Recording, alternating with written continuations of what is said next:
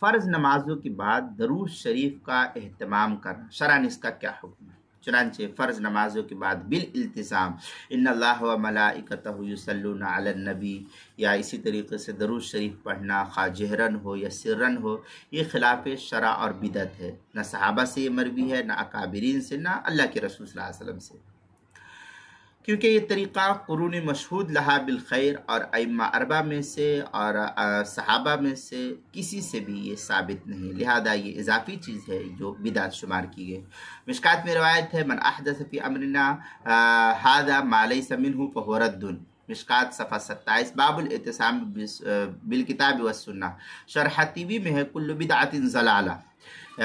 جلد نمبر 1 صفحہ نمبر 223 پر اس کو نقل کیا۔ مشکات المصابیح صفحہ 30، باب الاعتصام بالکتاب والسنہ الفصل الثانی، مرقات المفاتیح میں ہے قال فی الاظہار کل بدعۃ سیئۃ ضلالہ،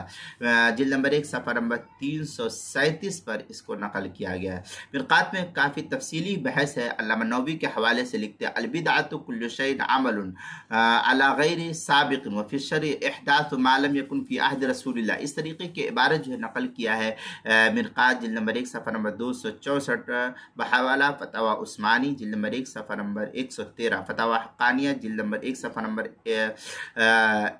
80 اور صفحہ نمبر 101 پر بھی جو ہے اس کو نقل کیا ہے۔ اسی طریقے سے المسائل المہمہ فیما ابتلت به العامہ، اس کے مسائل شتہ عنوان ہے فرض نمازوں کے بعد درود شریف کا اہتمام، مسئلہ